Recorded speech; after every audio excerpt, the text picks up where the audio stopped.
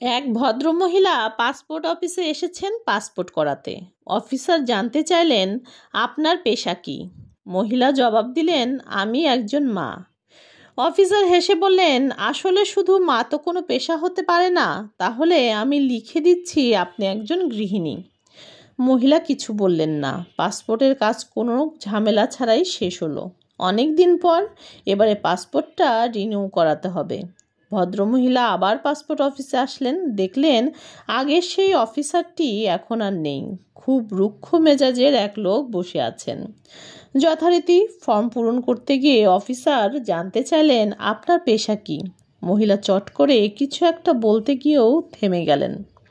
কয়েক মুহূর্ত ভেবে বললেন, আমি একজন গবেষক, নানা রকম চ্যালেঞ্জিং প্রজেক্ট নিয়ে কাজ করি। আমি শিশুর মানসিক এবং শারীরিক বিকাশ সাধন করি।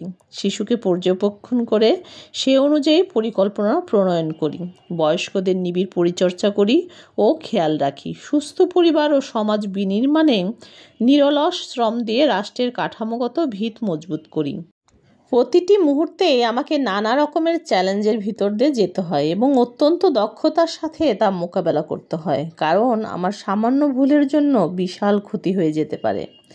মহিলার কথা শুনে অফিসার একটু নড়ে চড়ে বসলেন। মহিলার দিকে এবার যেন একটু শ্রদ্ধা আর বিশেষ নজরে তাকালেন। অনেক কৌতূহল নিয়ে অফিসারটি জিজ্ঞাসা করলেন, ম্যাডাম, আসলে আপনার মূল পেশাটা যদি আরেকটু বিশদভাবে বলতেন। আমাদের রিসার্চ প্রজেক্ট তো আসলে সারা জীবন ধরেই চলে। সর্বক্ষণ আমাকে ল্যাবরেটরি এবং ল্যাবরেটরির বাইরেও কাজ করতে হয়। এই কাজের চাপে আমার নাওয়া খাওয়া ঘুমের সময়ের কোনো ঠিক ঠিকানাই থাকে না। সব সময় আমাকে কাজের প্রতি সজাগ থাকতে হয়। এই তো আজকাল আমি সমাজবিজ্ঞান, পারিবারিক স্বাস্থ্য আর নৈতিকতা বিকাশ এই তিনটি ক্ষেত্রে একসাথে কাজ করছি, যা পৃথিবীর সবচেয়ে জটিল প্রকল্পগুলোর মধ্যে অন্যতম। অফিসারটি মনোমুগ্ধ হয়ে মহিলার কথা শুনছিলেন। এমন গুণী বিস্ময়কর মহিলা প্রথমে কিন্তু মনে হয়েছিল খুবই সাধারণ একজন মহিলা।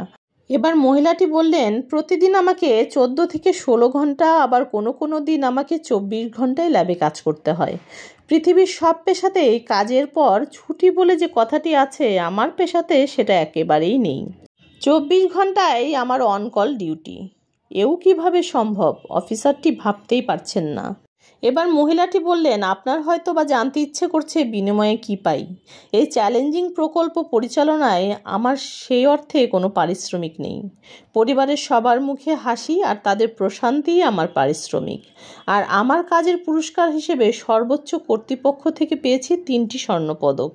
অফিসার হতভম্ব। এ কেমন নিঃস্বার্থ কাজ, পাগল মানুষ নাকি? মহিলাটি এবার শান্ত হয়ে বলল, এবার আমি বলি আমার পেশাটা কি। অফিসার এতক্ষণ যেন এই উত্তরের অপেক্ষায় ছিলেন। আমি একজন মা, এই পৃথিবীর অতি সাধারণ এক মা। মহিলার কথা শুনে গম্ভীর অফিসারটি এবার বাকরুদ্ধ হয়ে পড়েন। চেষ্টা করেও আর নিজের চোখের অশ্রু আটকে রাখতে পারছেন না। তার নিজের মায়ের মুখ চোখের সামনে ভেসে উঠল। তিনি খুব সুন্দর করে ফর্মের সব কাজ শেষ করে মহিলাকে একদম সিঁড়ির দরজা পর্যন্ত এগিয়ে দিলেন। তারপর নিজের অফিস রুমে এসে বসলেন। ড্রয়ার হাতে একটি ধূসর হয়ে যাওয়া ছবি বের করলেন। ক্ষণিকের নীরবতা।